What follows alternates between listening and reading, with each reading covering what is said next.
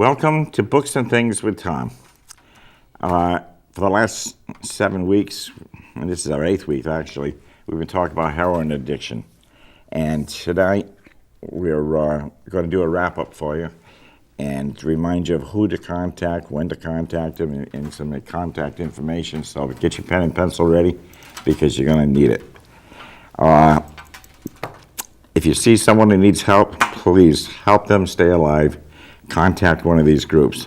Now, I've invited Jim Spellman to help me wrap this program up because he is responsible for the creation of this Shine a Light on Heroin, and he just recently visited Afghanistan to see the poppy fields for real.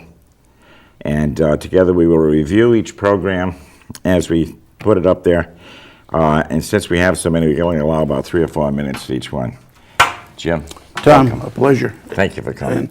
And to begin with, Tom, the public service that you've performed by providing these shows, you have literally touched and saved lives. Thank you. I hope so. And it's very nice of you to say that because I try to put everything we have into it, and who knows, 6 months from now I may do it again. Just an anecdote associated with that. I was talking to a mother last week, and she stated that she and her daughter had finally opened up a dialogue concerning her daughter's experimentation with drugs because they were watching your TV show together. Really? Wow. So those are the kinds of things that occur that unless somebody else hears about it, you'd never know. Yeah, because I ask for people to write me a note or something, and most people don't.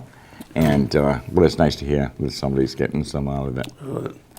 And you too, because you're spearheading it all. Thank you. It's been a long journey. Let's begin with Shine a Light on Heroin. Would that be appropriate? Yes. Yes. Shine a Light on Heroin was the first organization, volunteer organization in the area. Was formed in autumn of 2014, and it followed the deaths of a number of students, young men and women in the area, all of whom died of opioid overdose.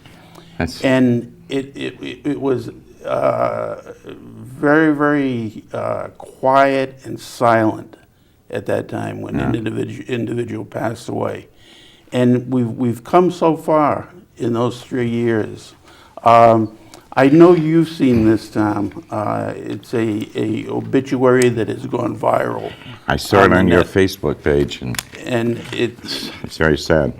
Extremely sad, and yet it offers a ray of sunshine in that people are finally willing to talk about the impact of opioids and the devastation that addiction can cause.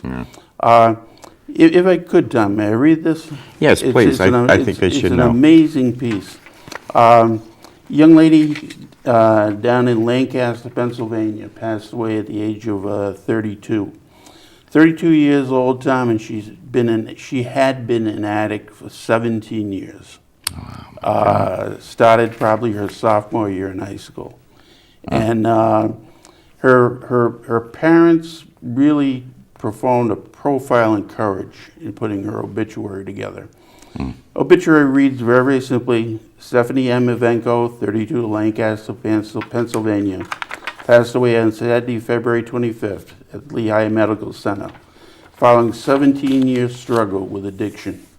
She is now at peace in the arms of Jesus. Born in Lancaster, she was the daughter of Stephen and Mary Getzler Ivenko of Lancaster. Stephanie was a 2002 graduate of Penn Manor High School. In addition to her parents, she leaves her daughter Savannah, survived by her sister Christian, and by her nieces and nephews.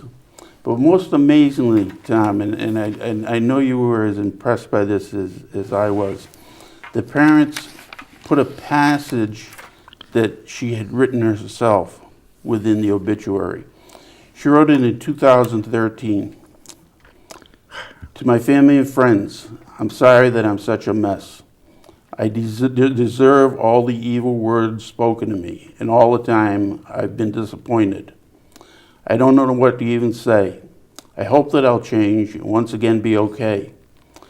I do all the things I say I won't do. My dreams and goals, yeah. I threw them away too. I always claim that I'm a mother, when in reality I act like a child and constantly chase one more, another high. Every time I look into my daughter's eyes, my heart breaks more because of all the lies. I hate the person that I've become, running from life and wanting to be numb. I ask myself over and over, what will it take? I can't keep living this way, not only for me, but for my daughter's sake. Mommy was a drug addict, and is that why she is dead, my daughter will say, along with broken memories of me in her head. She'll go and visit my grave and constantly question just why I couldn't behave. Didn't I love her? Wasn't that enough, making her feelings and trying to be tough? The holiday will come year after year and pass after I die, all because I was selfish and wanted to get high. My parents will raise her and try to do it right. They'll try their hardest and put up a good fight. All sorts of emotions my mother will feel, and at times will ask herself, can this be real? Every day she'll feel anger and sorrow, trying to reassure my daughter there's always tomorrow. My father will probably be filled with regret and do things with Savannah he didn't do with me until all those goals are met. My sister will be disappointed and cry. She'll pray to God for the answers as to why. My brother-in-law will be the backbone and hold this family when they sob and when they moan. I'm so ashamed to even claim I'm a mother. And all I'm really worried about is, can I get another high? Very, very difficult to read that because tears come to my eye in that here's a young woman who realized the road that she was going down and yet could do nothing to pull herself back. And I think that points out very emphatically the people that say, why don't they stop? They can't. They really can't stop. And this poor lady wanted to stop, but she couldn't. And she ended up committing suicide. And I think that's a terrible thing. Horrendous. But what courage her family has shown. Yeah. As I was saying to you earlier, you touched off a conversation between a mother and a daughter that might save that daughter. I hope so. Who knows how many this obituary will save. Yeah. And I think, you have to think about what this poor girl was going through, knowing what she's doing to everybody and not able to stop. Exactly. And that one of those things we covered with Dr. Frank and I in the other segment, and we'll get to that one, about how it works on the brain. And it's tough.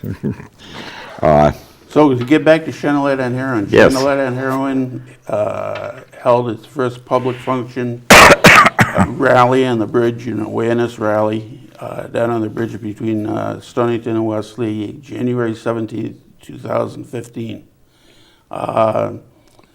2 years old at this time. Chenalet on Heroin has done a fantastic job under the leadership of Krista Quattromani and Krista Quattromani Beauchamp. I got to honor the fact that she's now married to my friend John and Alicia Chiquette. They've done wonderful forums before a number of area high schools. The individuals that speak are oftentimes recovering addicts themselves, and they have a huge impact on the kids. Yeah. And Chenalet Heron does a nice job in trying to bring in as young a speaking forum as possible to address the kids. Now, all these groups are nonprofit and work on donations. Exactly. So if anybody's got a few extra bucks out there, contact one of these groups because they can use the money. And it's all for good causes, obviously. Tremendous causes. And It's, I just, like I said, I just got into this a little while ago, and I'm just amazed at the number of groups that are out there that is quiet. You don't hear a lot of them. I think we should hear some more. What I most appreciate, Tom, is that the groups have formed to seek a specific focus. Yeah. Shine a light on heroin being awareness and education. Its wonderful sister organization, Community Speaks Out, has specialized in making connections for individuals who are seeking therapy, who are seeking detox, who are seeking rehab. And they do so as well as any state agency, any private organization that exists. Yeah. Joe Dela Cruz, his wife Tammy, founders of the organization, Kenny Edwards, Lisa Cody Johns, just incredible individuals. The amount of time that they devote to Community Speaks Out is amazing. In effect, it's a second job as far as time is concerned for each of them. Well, I think that Kenny spent, 35 years in the police department? Kenny 25 to 35. has seen things in life that you and I will hopefully never see, and to take what has been a distinguished career in law enforcement, where you're basically dealing with bad behavior most of the time, and to channel his energies, his work, his efforts into trying to create better lives for those who are impacted by the opioid epidemic is an amazing accomplishment. Yeah. And by the way, the other thing that's, they can always use help. So if you don't have money, but you want to help, contact the groups, volunteer, and join some of the movements. Right? We'd be remiss if we didn't very, very quickly mention the grandmother organization of them all under, and that of course being SCAD. Oh, yeah. Southeastern Council on Alcohol and Drug Dependence. SCAD was there when there were no other organizations. Yes, there he is, Jack Malone. Jack looks like a tough guy, and probably is. Jack is a very tough guy. But he's one of the nicest guys you ever want to meet. Absolutely. And the nice thing about it, when we were talking there, he said, if you need help, we find a bedroom. He says, so nobody gets turned down. We'll find a place to put them. And the SCAD is the organization of both alcohol and drugs. And they do a lot of work, do a lot of fantastic work. But it's probably one of the only ones around that you can really go to and stay. Right. Because the other girls don't have a place to stay, but Jack will put you up and try to help you. Jack does a wonderful job of making individuals aware that oftentimes there's a comorbidity of addictions that are taking place, where an individual can at the same time be an alcoholic and be a opioid addict. Yeah. And two very, very different types of addictions, and yet both have to be addressed in the same individual. And nobody does it better than Jack. Yeah. And the other thing that impressed me, he said, if you don't have insurance, you don't have money, don't worry about it. We'll find a way. And so he tries to take care of the people. Don't want to scare anybody away. You want you there. If you need help, please go to contact any one of these groups. And if it's that bad, you get a hold of Jack. They'll put you up for a while.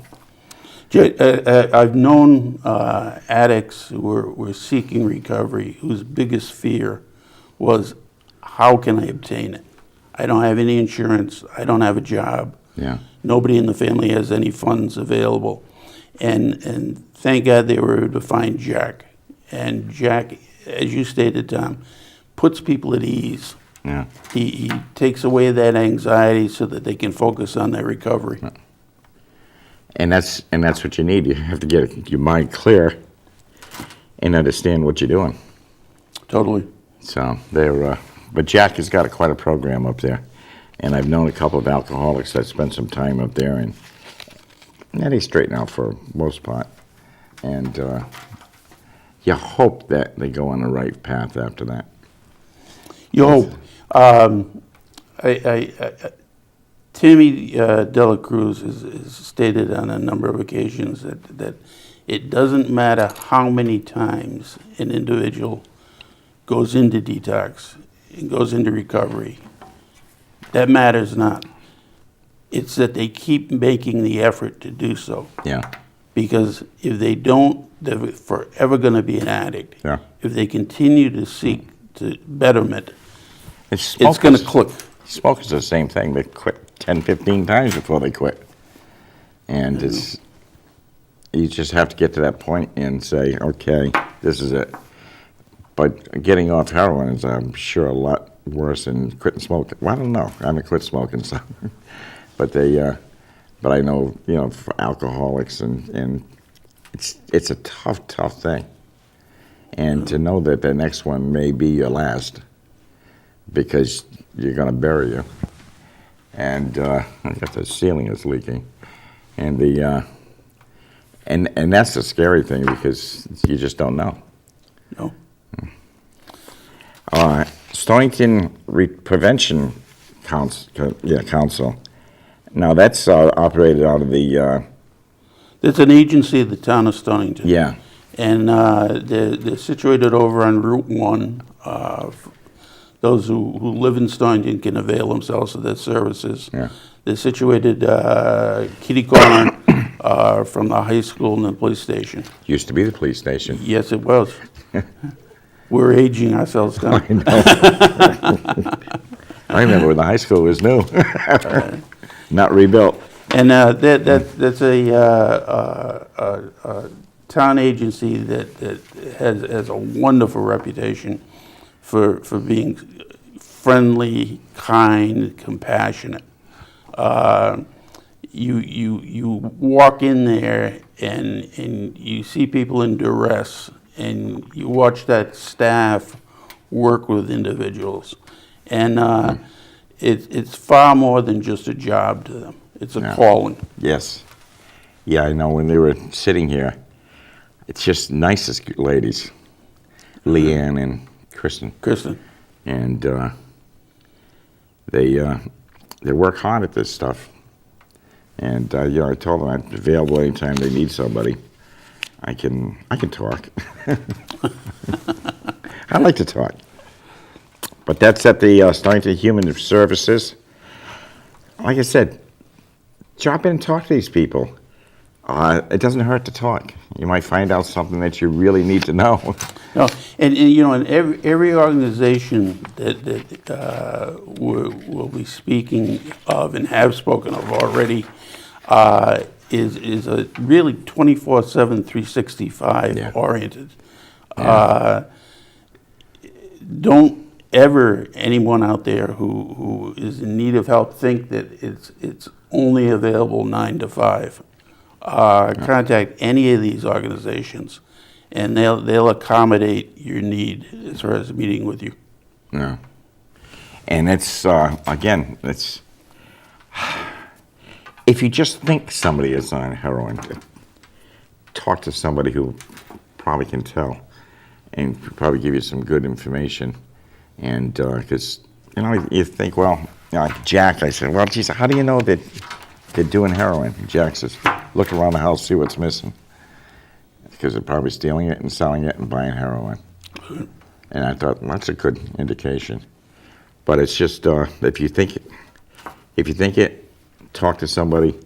They may be able to either put your mind at ease or help stop it. What I've been amazed in learning over the past 3 years, Tom, is the diversity of addiction. and the way that there is really no common denominator. All races, Yeah. all ethnicities, all religions, both genders. It can impact anyone. Had a rather eye-opening event for myself about 4 months ago. I saw a gentleman who I had not seen in 4 years, and I had always admired him. He was a devoted marathon runner, and always in tremendous physical shape. And I saw him, and I said, "You really look great still." I said, "It's got to be the running." He said, "No." He said, "I really look great now." He said, "Because for the past 6 months, I haven't been using opioids." Really? And all the years that I had known him, he had been addicted, and he Wow. had been able to mask it from the world. Huh. I've come to the conclusion, Tom, that we can walk down the street and potentially every individual we look at might be an addict. Yeah. It has that scope and range. You know, it wasn't that long ago that everybody was screaming about pot. And now heroin is so much worse. So much worse. Heroin has the capacity to destroy the United States. And by that I mean if we accept that we're always going to have a heroin epidemic, we are saying that there is always going to be a part of our population that is either not going to be contributing to society, Yeah. or is going to die. There is no end result of when someone gets into using the needle, other than a 6 foot into the ground experience. Amazing. Then we have my friend, Dr. Frank Mallitz. He was on talking about what it does to the brain. And he's a surgeon, orthopedic surgeon. But he's got his fingers into a lot of stuff. He's a brilliant man. He is Absolutely you can tell brilliant. talking to the man. His expertise is a rather natural one, in that his orthopedic surgeon, hip replacements, knee replacements, very, very intricate back surgery, neck surgeries, his specialties. And of course, all of those are extremely painful to recover from. Yeah. And he was a prescribing physician for his patients in recovery. Yeah. And in doing that, was one of the first physicians really to inform his peers, you have to be careful what you prescribe. The prescription itself can lead to an addiction. Yeah. Exactly. And he was also one of the first physicians to advise his peers to counsel their patients. If you don't need the pain reliever, don't feel that you have to take it. It's there if necessary. And if you're not using it, dispose of it, because it can be potentially deadly to another. And he talked about what it does to the brain and how certain sections of the brain accept the high, and then it rewards part of the brain that wants more. And you're never going to get that high anymore. We got about 5 minutes left, and we got Ron Kersey was on also. Very interesting, man. He's the one with from EMT, the L&M emergency room, and how many people he's picked up and brought into the hospital. And he said one thing that I remember was that the head nurse said, "We've got an epidemic. We've got a really strange thing going on." She said, "Our ODs have increased 57%. And actually it was 7 that day. And she reported it in the newspaper about this overdose thing. And he says, "That's our norm now." Yeah, 7 days, not a problem. It's horrendous. It is.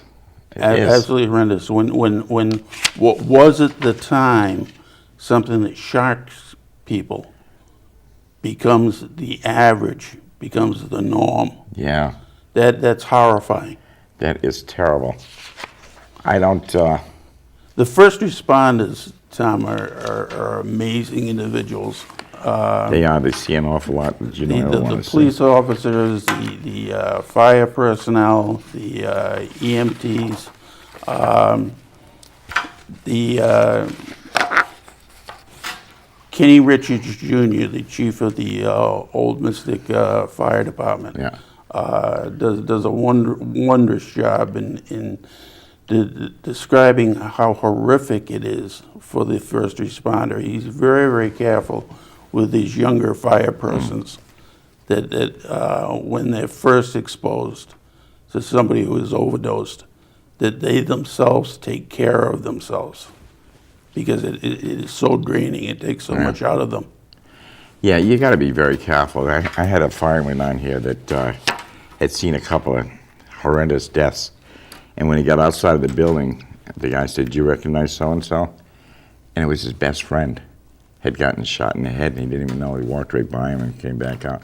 And then he got PTSD, and cost him a lot. But it's because he's a first responder. He went in, he did his job. Too good. And it happens. But people like that are just so important to this world, and I think we neglect them more than we should, because they really do a lot of work. Every addict, if he or she can reach recovery, is capable of achieving wondrous and great things. Yeah. And to lose that potential by not making treatment available.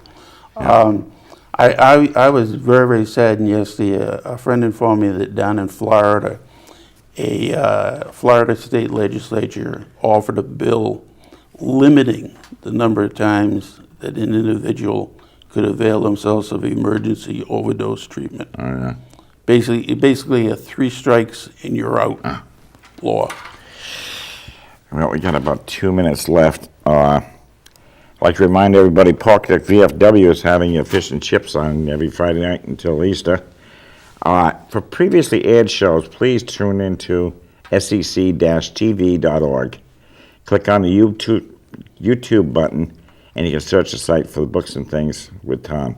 And you will see all the shows that we've got. Matter of fact, we're also rerunning the shows at 9:30 on Thursday nights, so you can get another dose tonight. And the SEC has really been generous with their time to be able to get this coverage out there. We feel it's that important. And if you have to watch it 2 or 3 times, that's fine. And because we want you to know. And I want to thank Jim again for being most gracious and helping me today. Tom, it's an honor. And I'll repeat what I said at the very, very beginning. What you've done with these shows is wondrous.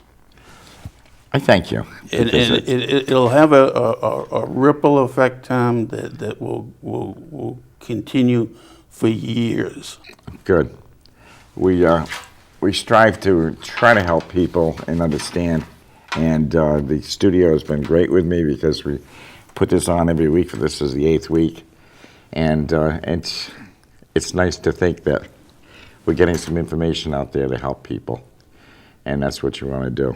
But anyway. Public television, public service. That's right. And it's free. We don't get paid to be here. I'd like to, but we don't. Everything I do is free. What you do, Tom, is priceless. Yeah, nobody wants to read. In the most complimentary use want to pay me. of the word.